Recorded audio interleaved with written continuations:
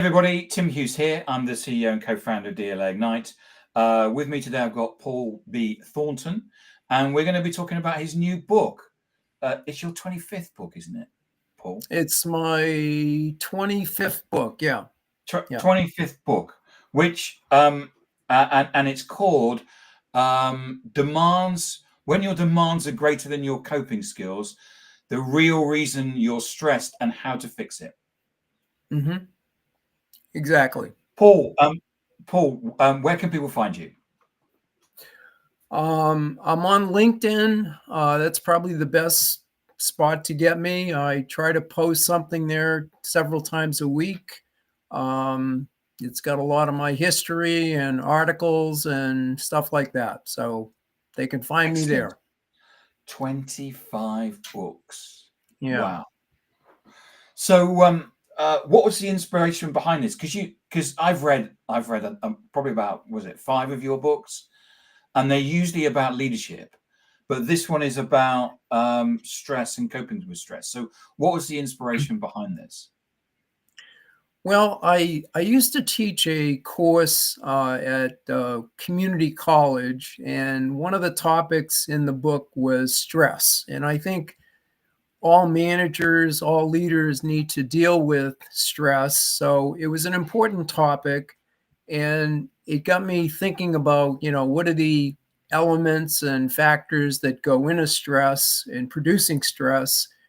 And I found that many of my students were very, they were very stressed and their demands were incredible. Like I had a mother who was working full time, raising 2, 3 kids, running the household, shopping, paying bills, all the stuff that you got to do as a parent, plus working full time, plus she was taking, I believe, 3 night courses at college to graduate. So it was like, it was unbelievable. When I went to college, all I had to worry about was going to class a few times a week and, playing sports, and it was easy. I had no kids to worry about, no meals to prepare, no homework of my kids to review, all that stuff that a parent goes through.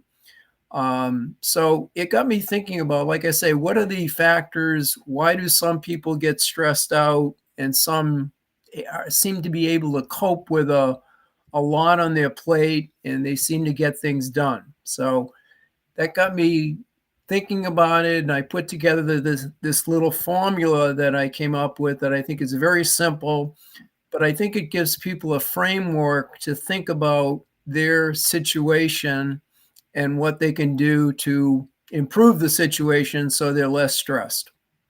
So to walk us through the mathematical formula that you've come up Yeah, with. the formula is very simple. Like I say, demands, when your demands exceed your coping skills, you have a stress reaction. Yes.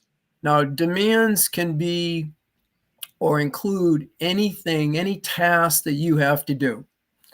Like today, Tim, you and I both have a number of things we need to do, and they can be very basic. Write an article, conduct a podcast, go to the grocery store, prepare a meal, who knows. We also have probably some number of worries or concerns that we are thinking about. So those together kind of add up to our demands. Okay, then we have some coping skills. We have some abilities and talents to manage our time and to make decisions and to get things done. And we typically can get through our demands because we know what to do and how to do it and what have you. So we don't have a big stress reaction. We don't freak out. We don't get high blood pressure or have a heart attack or whatever. Now, if I said to you right now, I'm going to triple your demands for today.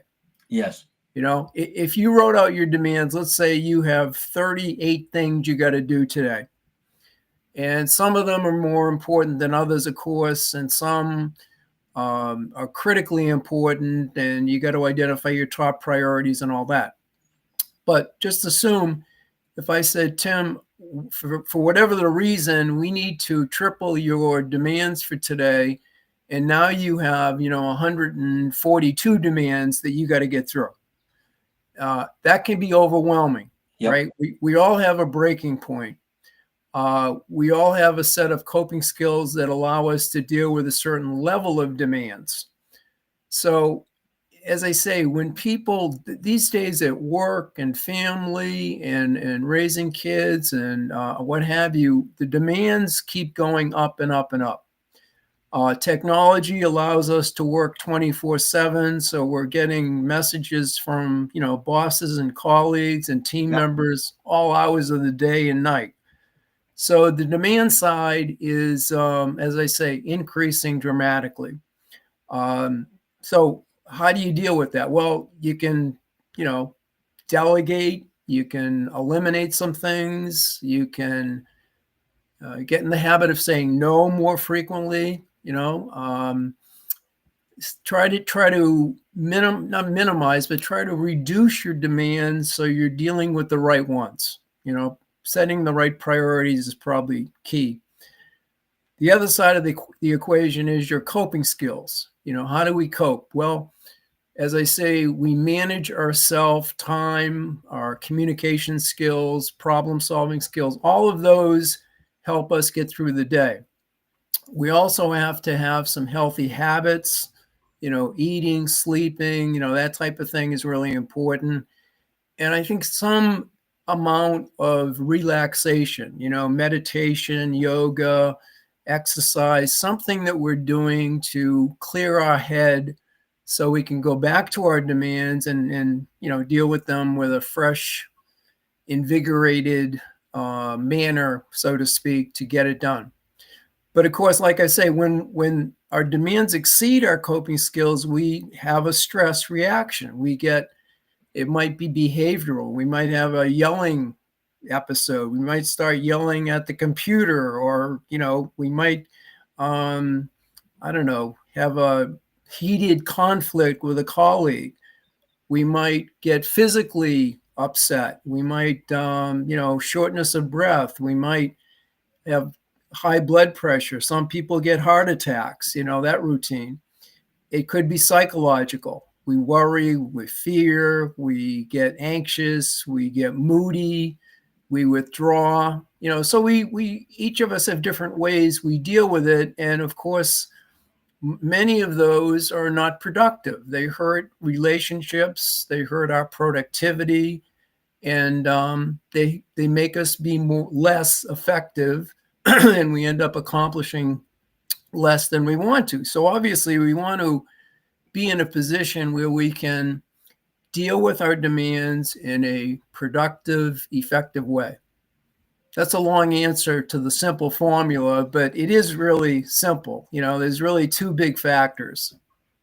It's interesting because Paul, it is a very simple formula, and I've actually started using it myself in thinking, right, these are my demands, these are my coping skills, therefore this is the stress. And therefore immediately what I'm doing is I'm looking all the way along the formula and saying, okay, if I'm stressful, okay, so what am I going to deal with this coping skills, but also what am I going to do with the demands? And I found it so much simpler to then therefore move things around and going and get the balance. Exactly. That's exactly what I hope people will do. I see my daughter. My daughter's got 3 young boys from ages 10 to 17. And she works, she's the vice president of a software company, or general manager of a software company. Married, travels on her job. Her kids are into multiple sports. Just getting them to the sporting events could be a full-time job for somebody, and then you add in preparing meals and housework and all the stuff that goes along with that. It's mind-boggling to me, the list of things she's got to do on a given day. And fortunately, she's got tremendous coping skills, but at times, she gets stressed because she just it's just so much that she has on her plate that it's hard to handle, you know? But yeah, I think it is, like you say, a good way to step back and, kind of arrange your thinking to say, okay, what's happening with my demands? What coping skills can I use here to get it done?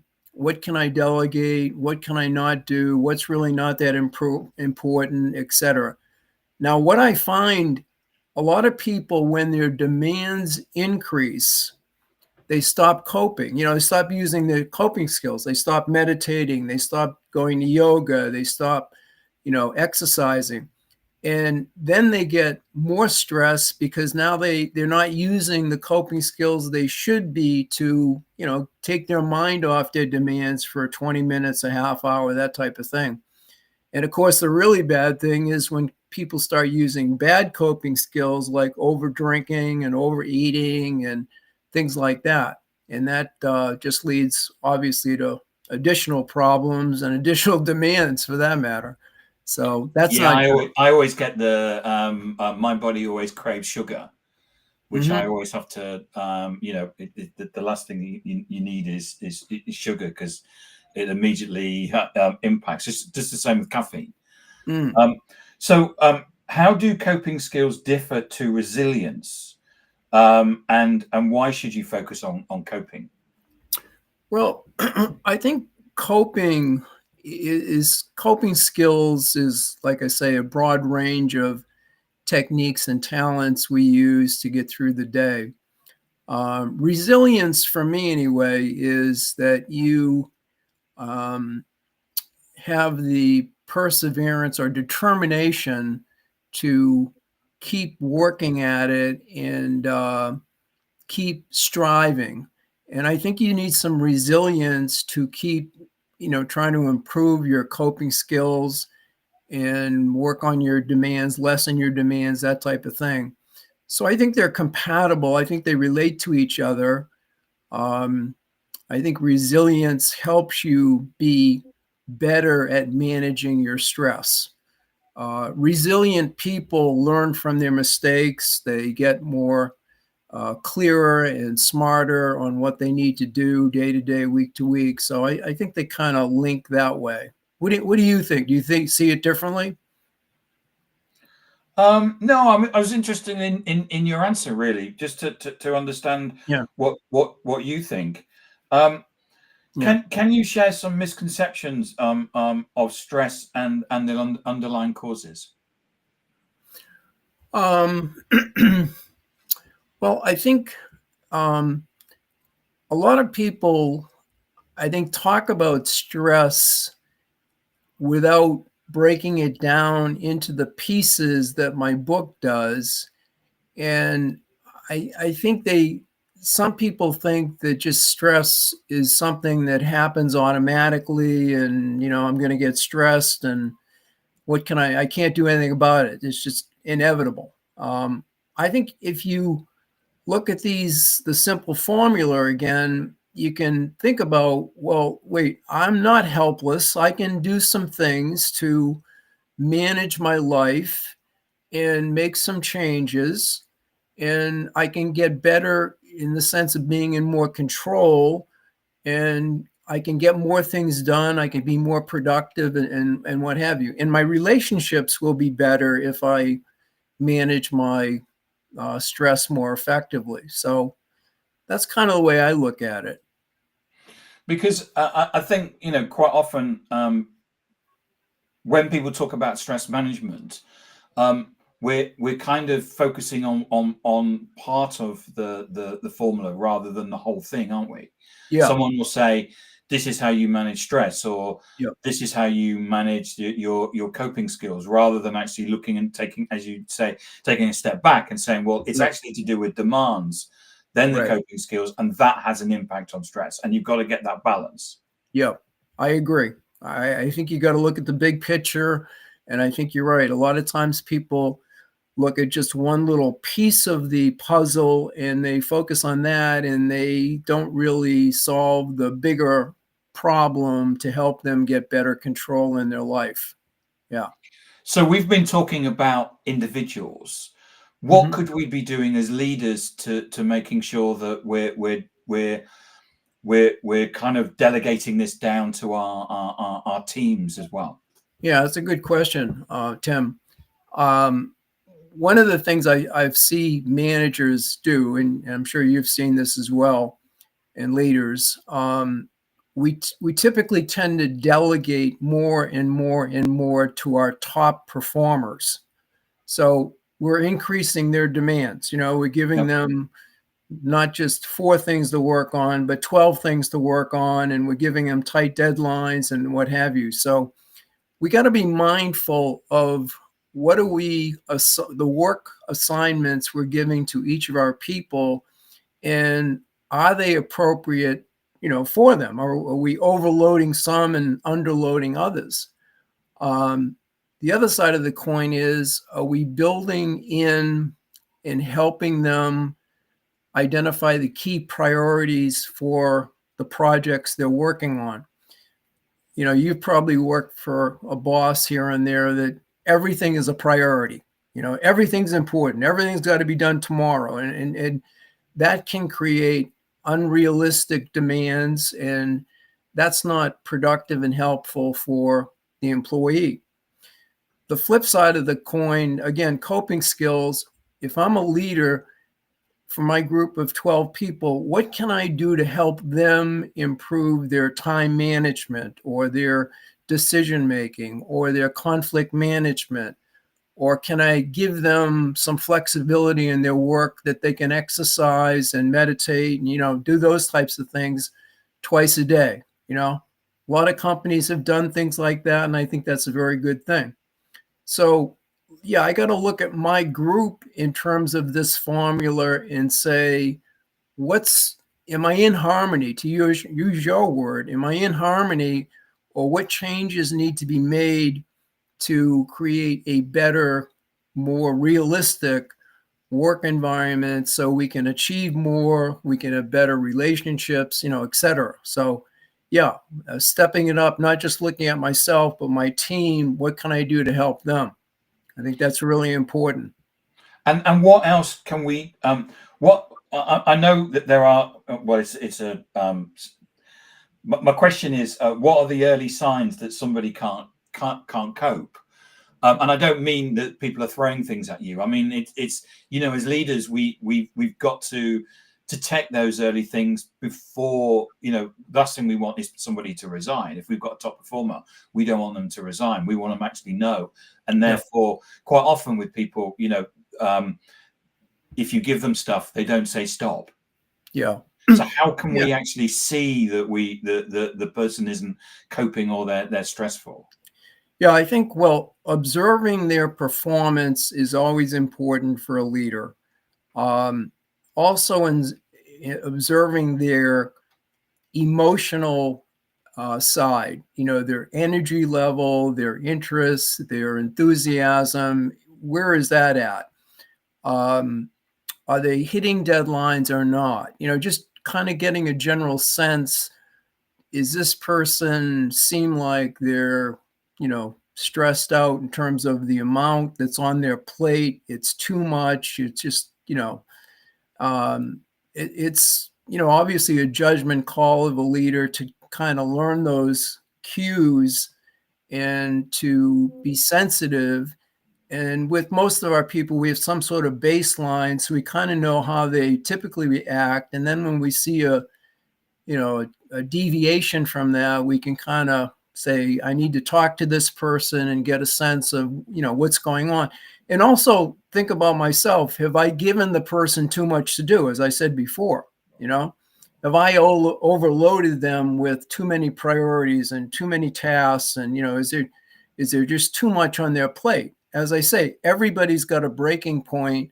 So we got to be mindful of that. And these days, leaders are overwhelmed with what's on their plate. So sometimes they don't even think about what they're passing on to their team members. And, it snowballs, and the lead is stressed out, the employees are stressed out. It's a big mess.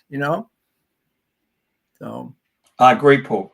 Paul, thank you so much for coming on and talking about your new book. Mm. Am I describing it? So I would your title of your new book is demands. When your demands are greater than coping skills, the real reason you're stressed and how to fix it. Is that how you would describe the title? I typically describe it using the simple formula. I say my book is about three things: demands, coping skills, and stress reactions. But you stated the actual title of the book, and Hmm. that's kind of where I'm going with it. Okay. So yeah, And so and to get a copy of your book, it's on Amazon, isn't it? it is on Amazon, and it's inexpensive, and it's a quick read, and All your books are like 100 all pages. my books are quick reads. Yeah, What's his name? I'm trying to think of the guy. There's a guy who wrote a book called Writing Good Books, yeah. and that again is 100 pages. And he said if you want to write a good book, don't write any more than 100 pages. Yeah. Also, Tim, I'm trying to reduce people's demands so they don't have to read a 300-page book. They can read my book, 50 pages, and get the key point. Yeah, absolutely. And where can we find you? Again, I'm on LinkedIn is the best spot to find me. Paul Thornton. Paul Thornton on LinkedIn. I also publish a monthly article on Smart Brief on leadership. So some of my thoughts and ideas I get posted through them. But LinkedIn is probably the best way. Excellent. Paul, thank you so much for coming on and sharing your 25th book. That's Yeah. amazing. And thanks for sharing your insight and All expertise. right, Tim, I appreciate